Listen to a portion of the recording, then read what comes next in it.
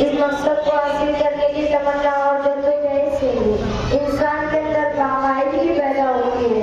जिंदगी की मसरत से इंसान सिर्फ इसी वक्त लुत्फ अंदोज हो सकता है जब इसके सामने कोई मकसद हो।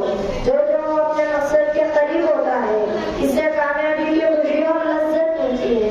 किसी भी मकसद की कामयाबी का दारोमदार इस बात पर होता है कि इसको हासिल करने के लिए इंसान के अंदर कितना जज्बा है।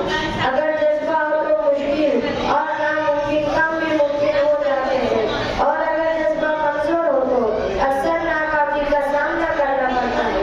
मकसद कई तरह के हो सकते हैं। किसी की जिंदगी का मकसद सिर्फ दौलत करना ही होता है, और कुछ लोगों का मकसद सिर्फ खिलाड़ी बनना और खेल में नाम पैदा करना होता है।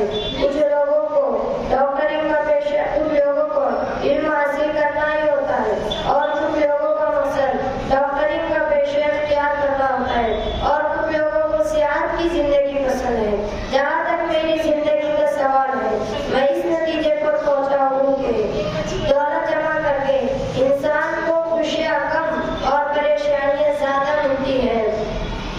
ये जाहिर सांस लेकर मेरे लिए एक ही रास्ता रह जाता है। मौलिक दर हकीकत कौम का मेयार होता है। दूसरों को तारीफ देने का मुशाहिदा दुनिया